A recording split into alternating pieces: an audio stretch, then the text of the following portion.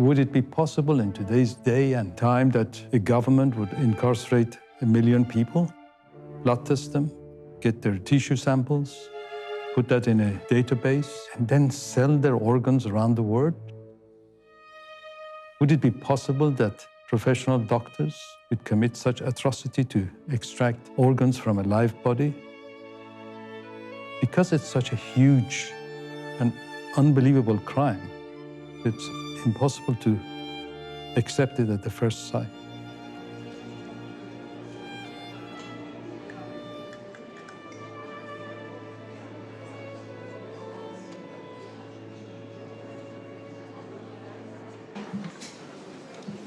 Please rise.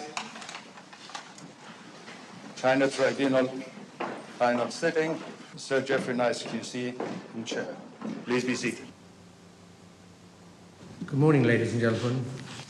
This is the judgment of the tribunal. For over a decade, the People's Republic of China has stood publicly accused of acts of cruelty and wickedness that match the cruelty and wickedness of medieval torturers and executioners. The China Tribunal is being led by Sir Jeffrey Nice, QC, world-leading expert on genocide, crimes against humanity. He agreed to establish an independent tribunal with a number of other distinguished colleagues and to shine a light on a very dark place. It should be made clear that it gives the tribunal no pleasure to reach this conclusion, to which it is driven by evidence and the application of reason and logic, together with its appraisal of witnesses who gave evidence. Over 50 witnesses testified. Ms. Yang, is this your statement? 杨女士，这个是不是您的证词？是。 Yes. Are you going to give your evidence in English or in Chinese? 我说中文吧。 In Chinese. Ask you to remember that it is very important to tell the truth, the whole truth, and nothing but the truth. Thank you. 28 were fact witnesses, and the rest were experts and investigators. The reading materials that was given to the tribunal went into thousands of pages. If you look at page 133... This is the first tribunal where there's been a documentation process for the actions of the Chinese state. There is no international court that could look into the evidence, could identify those responsible. The People's Tribunal is filling this gap.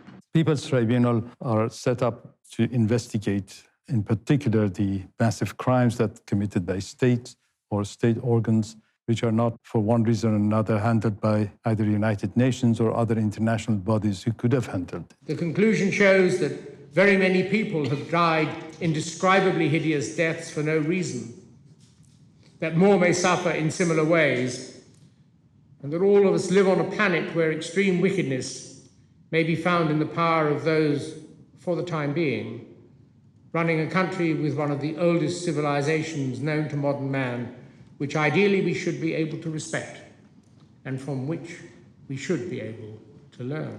It's very sad that those who constantly supported China and justified its actions did nothing. Transplantation Society and other groups also tried to ignore the matter, what the tribunal has now termed as willful blindness. The PRC has done little to challenge the accusations, except to say that they were politically motivated lies. And governments around the world and international organizations, all required to protect the rights of mankind, have expressed doubt as to the accusation, thereby justifying their doing nothing to save those who were in due course, it is said, to be killed to order. So many people are unnecessarily afraid of China and kowtow to China, and so few people are prepared to speak up boldly. You look at the UN, they target certain countries. China seems to always get off. The Chinese government were given the opportunity at every stage to appear as witnesses, and they failed to produce evidence or witnesses. China has taken much more aggressive, assertive actions to prevent any information being known about, and that's an escalating trend. What this tribunal did is said not only is this happening beyond a doubt, well, certainly they also said this is a crime against humanity. Victim for victim and death for death, the gassing of the Jews by the Nazis, the massacre of the Khmer Rouge, or the butchery to death of the Rwanda Tutsis may not be worse than cutting out the hearts, other organs, and the very souls of living, blameless, harmless, peaceable people. Now, this tribunal has concluded that certain that Falun Gong is a source, probably the principal source of organs for forced organ harvesting. The report adds that whilst it doesn't have sufficient evidence to reach the same conclusion for the Muslim Uyghur community, it says the vulnerability of the Uyghurs to being used as a bank of organs is also obvious. It's being called transplant tourism. That's where people are now flocking to China to get needed organs. Would you say that the majorities of these operations do result in the deaths of people? They all result in the death of people. Like, for example, we all know about somebody going and buying a kidney in a back street somewhere in a poor country. The fact is, in China, they take both kidneys and other organs as well. So nobody survives these organ transplants because they, as I say, they're dead after all of their organs are removed. Doctors killed those innocent people simply because they pursued truthfulness, compassion, and forbearance in the case of Falun Gong practitioners and lived lives of healthy exercise and meditation that was seen as dangerous to the interests and objectives of the totalitarian state of the People's Republic of China. This is a very uncomfortable truth, inconvenient truth.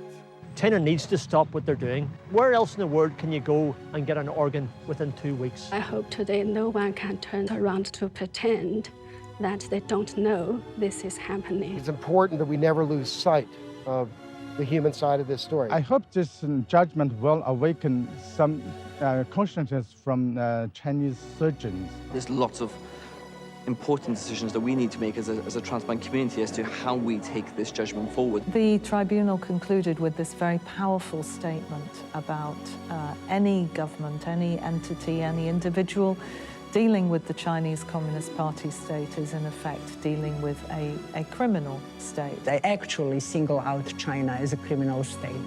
And I think nothing will be the same after this. Any who interact in any substantial way with the PRC, including doctors and medical institutions, industry and businesses, most specifically airlines, travel companies, financial services businesses, law firms, pharmaceutical insurance companies, together with individual tourists, educational establishments, and art establishments, should now recognize that they are, to the extent revealed in this judgment, interacting with a criminal state.